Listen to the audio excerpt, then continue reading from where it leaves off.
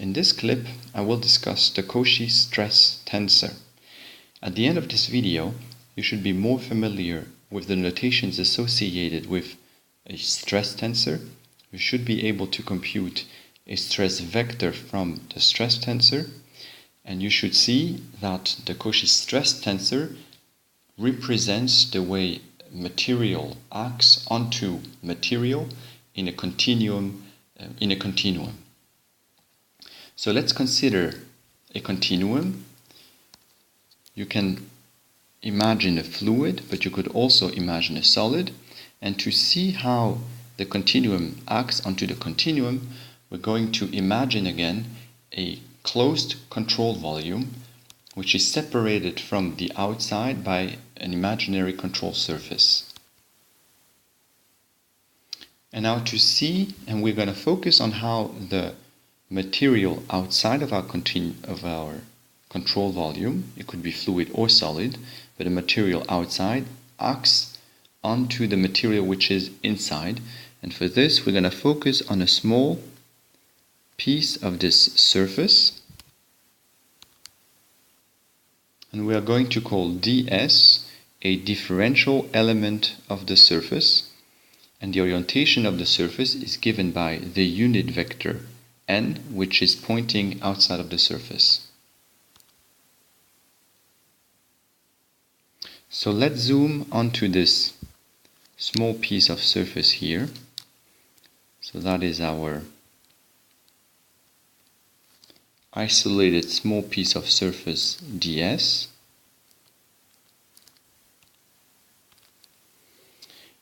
And we'll look at how the material which is outside of the control volume in region 2 will act onto the material which is right underneath this surface in region 1. Now from Newton's second law, we know that a mass, a piece of material with a certain mass changes velocity under the influence of a force. So we expect the region 2 to exert a force onto the region 1. And the way we're going to write this force is as the product of a stress vector times the differential element of surface. So T here is our stress vector. It has units of newtons per meter squared, and ds has units of surface, so of meter squared, and together T times ds is the force exerted by 2 onto 1. Now what does this stress vector depend on? We expect T, the stress vector, to depend on, of course, on the location of our differential element of surface, so where we are in the continuum. We expect it to depend on the normal vector, which defines the orientation of the surface. And it could also potentially depend on the curvature, but one lemma that Cauchy assumed is that it will not depend on the curvature, so we're not going to consider it. Now the mathematical framework that Cauchy developed is to say that we can write this stress vector as a matrix, as a product between the normal vector with a matrix which is called the stress tensor, the Cauchy stress tensor. And this Cauchy stress tensor, of course, depends on the location at which this differential element of surface ds is. So this stress tensor is a matrix. So if we write it in full, then we will write this as a matrix multiplication between n and a 3x3 matrix.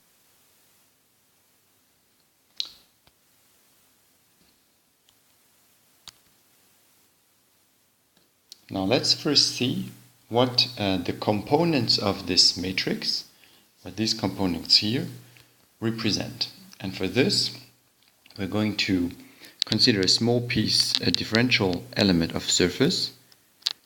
Let me call this ds. And to make things simple, let's assume that we pick this ds oriented such that the normal vector is equal to the unit vector in the x direction. In this case, the stress vector is equal to the normal vector, which in this case is the unit vector in the x direction, times the matrix, which is our Cauchy stress tensor. And so if we put all the components of the Cauchy stress tensor, so the component of the normal vector here in this case are 1, 0, 0 times the Cauchy stress tensor, and therefore our stress vector is equal to the first row of the Cauchy stress tensor. That allows us to interpret every single component of the Cauchy stress tensor. So for instance, Txy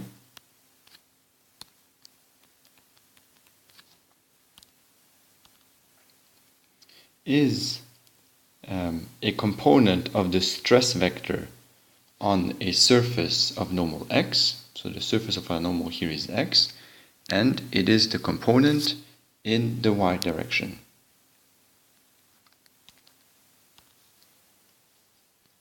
So with these notation, and those are also the notation in our textbook, the first index refers to the direction of the normal, and the second index refers to the component, the direction of the component of the stress vector.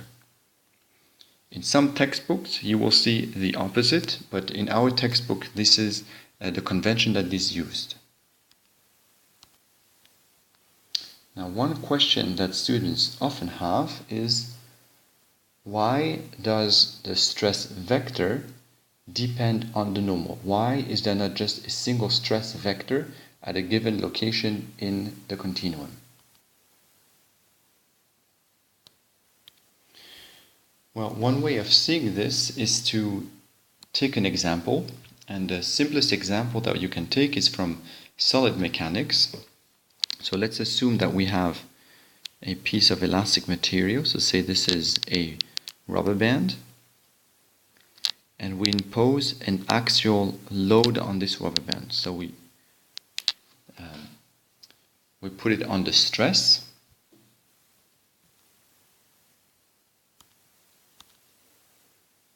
and under the action of this load, it will extend until it reaches an equilibrium.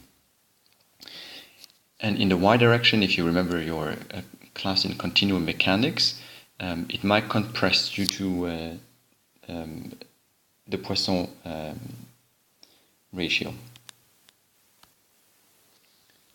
Now let's see how the material acts on the material, and in particular, let's think about how the region 2 here acts on region 1. So that would correspond to a differential element of surface, or a surface whose normal is in the x direction. So one way of seeing how region 2 acts on region 1 is simply to cut along our surface, and in that case you know that if you cut, then the elastic will just snap. So here the material will start to retract and to move to the left. If it moves to the left, that means that the material on the right hand side here exerted a force which was in the x direction. So we know that in this case our stress vector is in the x direction. Now let's consider another case. And now we still have the same system, the same rubber band, but we're interested in looking how the material on the top of the rubber band acts onto the material on the bottom of the rubber band. and that corresponds to a ds, so a differential element of surface or an imaginary surface, whose normal is in the y direction. So the normal now is in the y direction. Now when you cut like this, you don't expect the same as here. You don't expect the rubber band to retract. What you might expect is a little expansion, because you know that because of the Poisson effect, the elongation creates a compression stress in this direction. But in any case, what we expect is the force. We expect the motion in the y direction, not the motion in the x direction. And in fact, the force is due to here a stress vector, which is in the y direction. So from this example, it is pretty clear that even at the same point, so at this point here, depending on the orientation of our cut, the stress tensor, or how the material acts on the material, is going to be dependent. So really, the stress vector does depend on the orientation of the surface that we choose, or the orientation of the cut that we make. So if you think about that, in order to describe how the material acts onto the material at any given point, first you need to determine an orientation for the cut. So those will be three components of the normal vector. And once you have the orientation of your surface, you need the three components of your stress vector.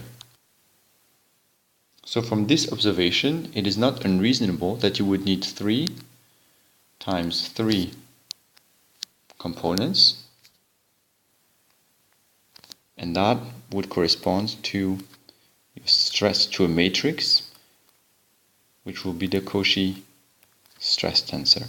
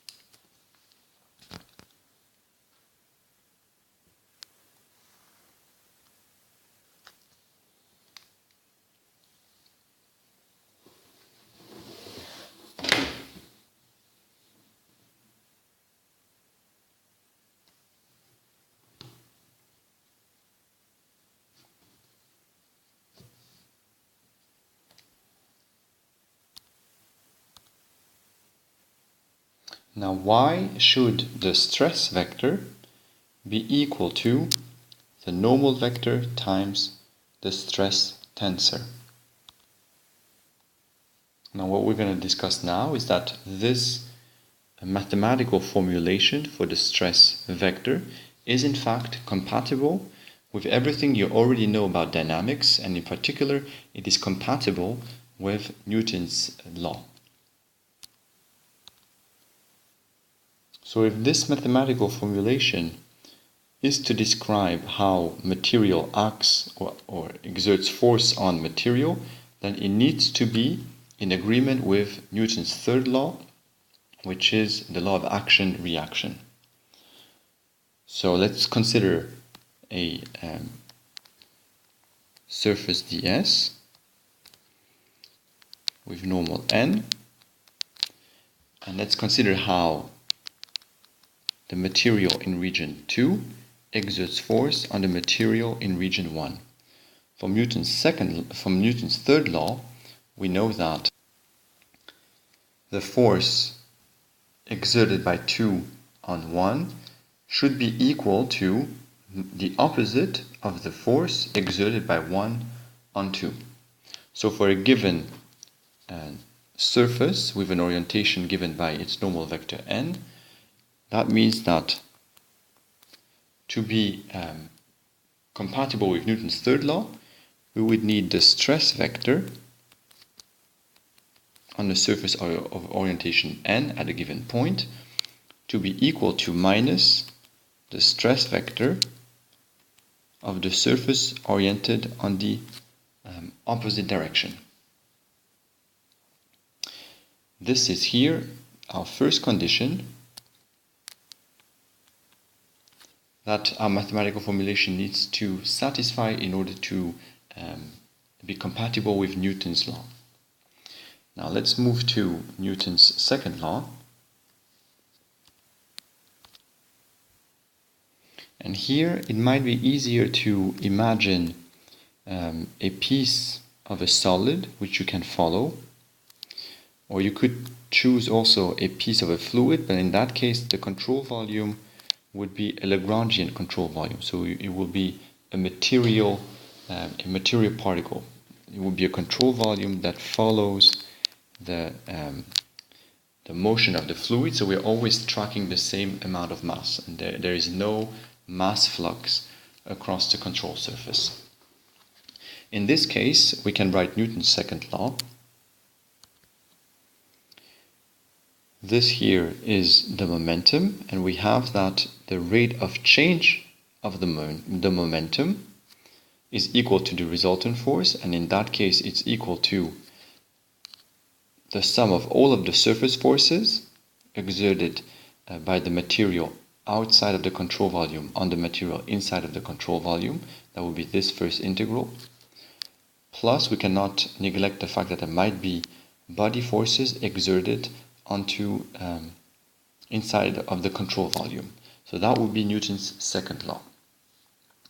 Now let's assume that our control volume has a certain length scale, and this length scale is really small. So let's call epsilon the characteristic length scale of the control volume. Now what happens when we take epsilon to become infinitely small? This here is a volume integral, so this integral will scale with epsilon cube. This is also a volume integral which will scale with epsilon cube as epsilon goes to 0, and this now is a surface integral, and that surface integral will scale with epsilon squared. Now as epsilon goes to 0, so when we consider a control volume which actually reduces to a single point, all three terms will go to 0, but this one will go to 0 much slower than the other one. And so if our mathematical formalism for the stress vector is to be compatible with Newton's second law, then in particular, as epsilon goes to 0, so when we're considering just a single point, then we should have that this term here has to be equal to 0. So this is here our second condition, and that is again that for a control volume that is shrinked to a single point, then the integral along a closed interface of the stress vector should be equal to 0. By the way, I did a mistake here. This is not a dot product. This is just the stress vector, which is a function of n. This here is the total force, if you want, exerted by the outside material onto the material which is inside of the control volume. This is if we consider, what we just considered here is the linear momentum. And we can do the same analysis, but now for the angular momentum. So we can write that the rate of change of the angular momentum inside of the control volume is due to the moment of the surface forces, so the moment of the stress vector here, integrated over the entire control surface, plus the moment of the body forces. Now again, if epsilon is small, this integral will scale with epsilon to the cube, as will this one, and the surface integral will scale as epsilon squared. So as epsilon goes to 0, those two terms will really go to 0, and therefore to be compatible, the mathematical formulation to be compatible with Newton's second law, so the conservation of angular momentum, as the control volume is shrinking to a single point, we need to have that the moment of the surface forces is equal to 0. So this is the third condition that our formulation for the stress vector has to satisfy in order to be compatible with what we already know about dynamics, and in particular with Newton's law. Okay, so let's start with our first condition. This condition comes again from Newton's third law and simply says that at a given point, the stress vector for a surface oriented of orientation n should be equal to the opposite of the stress vector for a surface oriented in the opposite direction. Right, so let's see if our formulation for the stress vector satisfies that. Well, this stress vector here is simply the normal vector with a matrix multiplication with the stress tensor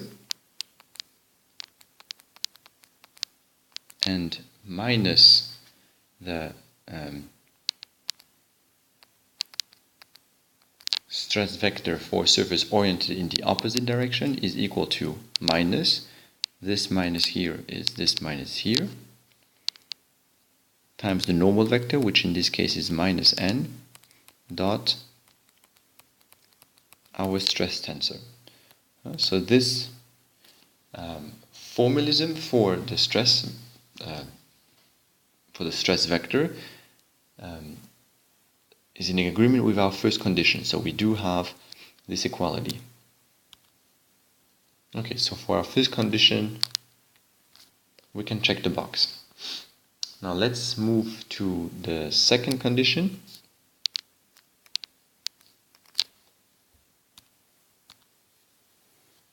And the second condition is that for a control surface which has been shrunk to a point, a single point, so a control volume shrink to a single point, the sum of all of the forces exerted by the outside on the inside, so the integral along the surface of the stress vector, should be equal to 0.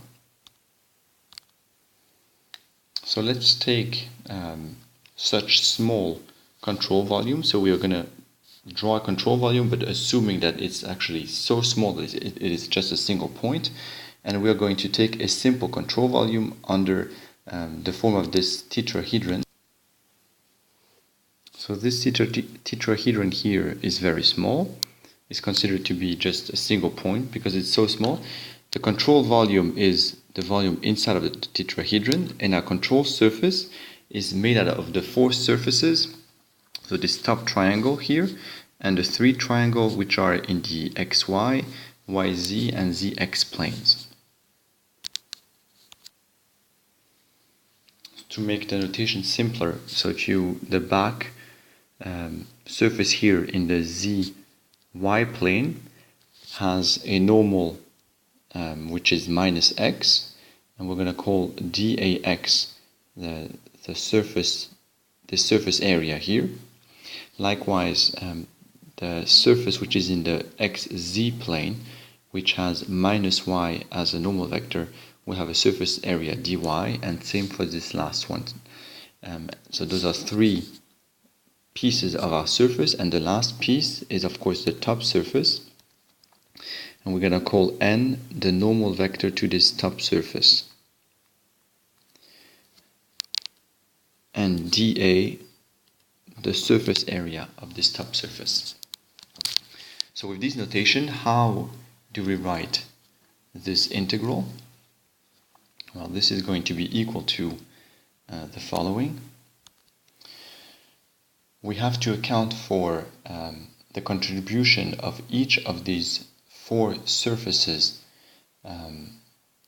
to the total force exerted by the exterior onto our control volume. So let's start first with this surface here, with our formalism. This total force here is going to be equal to the x component. Sorry, let me say that we are going to limit ourselves to the x component of this total force. So this here represents the total force exerted by the material outside of the control volume onto the material which is inside of the control volume. And to simplify things, we are going to only consider the x component of this force. Right. But for that, of course, we need to account for the contribution of the four surfaces. So let's start with the back surface. And the contribution of the back surface will be minus Txx times the surface area of this back surface here. And why is it this component of the stress tensor? Well, it's because we are considering the stress vector, which is on a surface of normal x, that refers to the first index, and we are only looking at the x component. So this is the second index. Likewise, the contribution of this second surface here, where the normal vector is minus y, will be minus y, because now we consider a surface of normal vector y, and the minus is in this sign here, so the normal is minus y, and therefore we have a minus ty, and we're looking at the x component of the stress vector times the surface area of this second piece of surface, and the contribution of the bottom surface will be t minus tzx. Again, the z refers to the normal of this to the surface, and the x to the component of the stress vector, times daz. And then we have to take into account the contribution of the top surface, which is plus n dot t, and we're dotting everything on x because we're only considering the x component of this force, times dA. And of course, if our mathematical formulation for the stress vector is compatible with Newton's second law, then this entire thing, which is just the x component of this total force here, should be equal to 0. And this is our condition. And indeed it is, so it takes a little bit of algebra. I'm going to skip some of that, but you can convince yourself that this is indeed equal to 0. To see that, let's give names to the components of n. Let's call them alpha, beta, gamma. And instead of computing n dot t dot x, we're going to first compute the matrix multiplication between t and x, and then dot it with n. Now, t times x is simply the first column of the stress tensor, so it's t xx t yx t zx, and so we have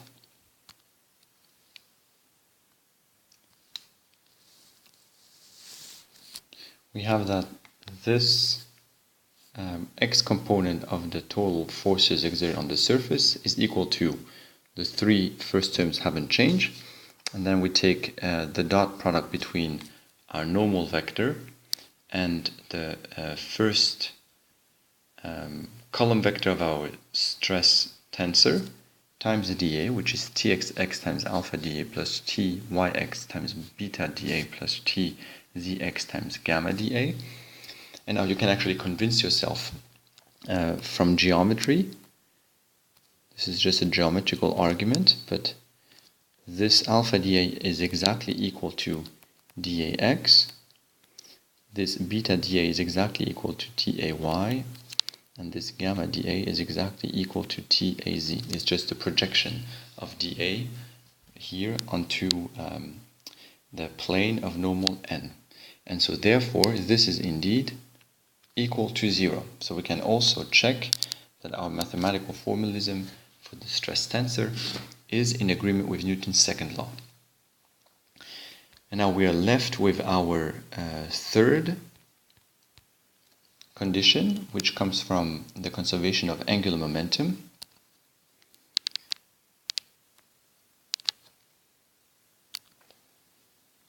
And that is that when shrinked to a point, the moment of the surface forces on a control volume, when the control volume is shrink to a point, should be equal to 0. So for that, again, we're going to consider a simple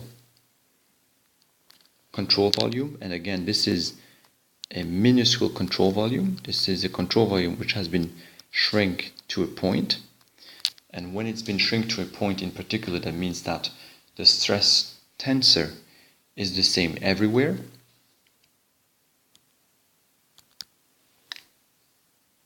But to simplify things, we are simply going to look at the angular momentum about the z-axis. So in a way, we are looking at a projection of our little infinitesimally small control volume onto the xy plane. And so let's draw the forces applied by the exterior material onto our control volume. And we have four surfaces here, so we have four surfaces to consider. Let's consider this first this surface. The normal vector is x, and this here, well, let me draw it like that. Let's say that this here is our stress vector. So the stress vector will have two components, one in the x direction, one in the y direction. The one in the y direction is tx x. X refers to the normal, and this to the component in the x direction. And this component here will be t x y. Now we have the same thing on the top surface. Now let me draw the stress vector on the top surface here, for instance. That will be the stress vector onto a surface of normal y, and it has two components also.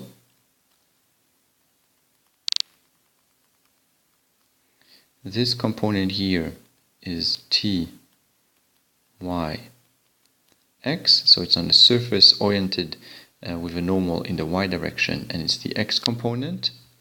And this here is t y y. Now when we consider the opposite phase, we have to remember that our control surface or control volume is infinitely small. So therefore the stress tensor on that side and the stress tensor on that side is the same. It is so small that the stress tensor doesn't change over our control volume. So that means that the stress vector on this phase here is the opposite of this one. So let me draw it here. It's minus tx, and the stress vector on that face is the opposite of this one, and therefore it is here. Let me draw it, minus ty.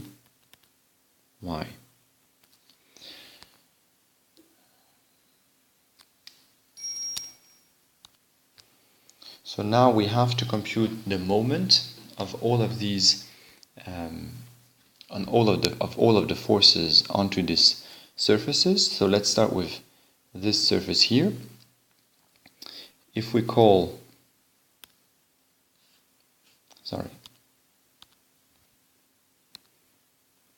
we call this length here epsilon, and we are going to compute the moment of all of the forces about this point.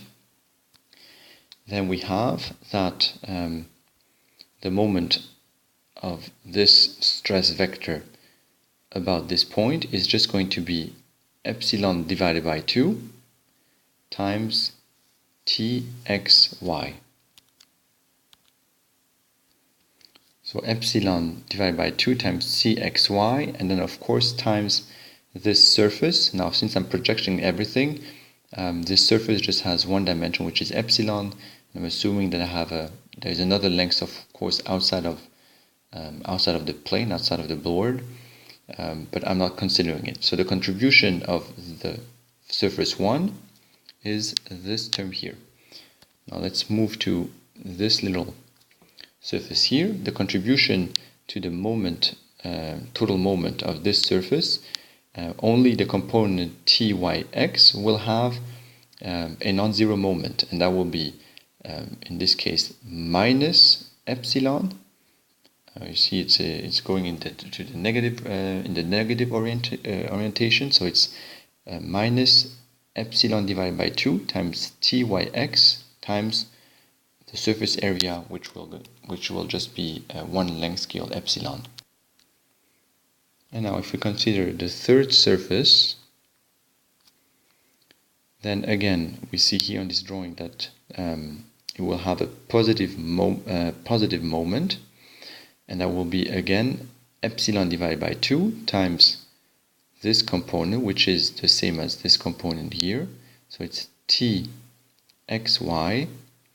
times the surface area epsilon. So that would be again plus epsilon divided by 2. That would be this lever arm here, times the component of the force in the x direction, which will be here. This is txy times epsilon. And if we consider this is the component of the contribution of the third surface, and the contribution of the fourth surface will be negative epsilon divided by 2 tyx times epsilon. And if our presentation for stresses or for stress vectors inside of the continuums is in agreement with Newton's second law for angular momentum, then this has to be equal to 0. Right, so here directly what you see is that txy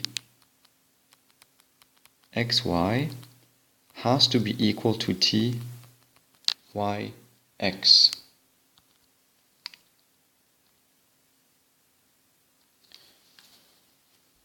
So from that, you could do that if you projected this cube here onto the zy plane and the zx plane, and you would get, in fact, that the off-diagonal terms have to be equal. So that means that the Cauchy stress tensor T is symmetric. And this is a fundamental property of a stress tensor. It is always symmetric.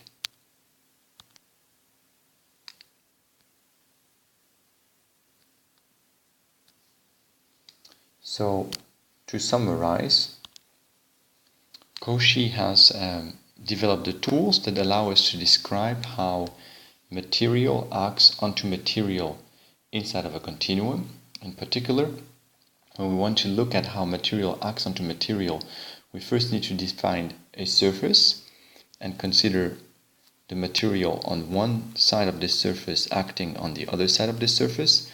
This action should be a force, and the force can be expressed as, if we have a small element of surface ds, so the action of the material just above this surface onto the material just underneath this surface is a force which can be written as a stress vector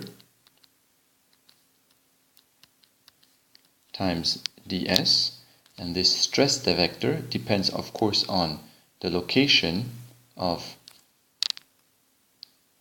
our surface ds, so this is this point here, where is this point, and it also depends on the orientation on the surface and therefore on the normal vector.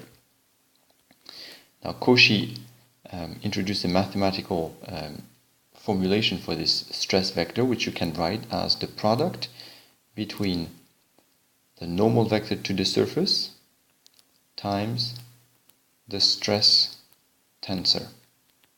And the stress tensor is expressed at the location of your element of surface ds. Now all of the 9 components of the stress tensor depend of course on the location, on the position, on where you take your surface.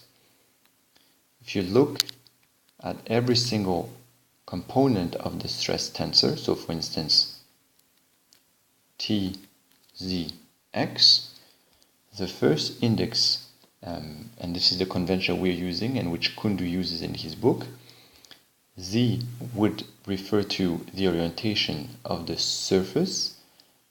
So in that case we're looking for the component of the stress vector if we're cutting on the surface with normal Z.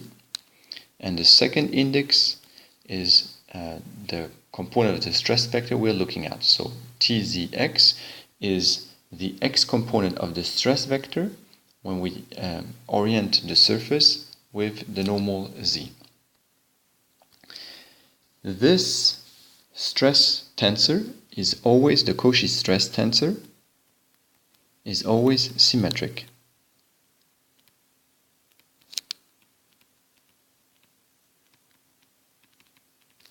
And this is a direct consequence of the fact that this mathematical formulation has to be compatible with Newton's second law for angular momentum. And this formulation for the stress vector is compatible with Newton's third law and the conservation of linear momentum.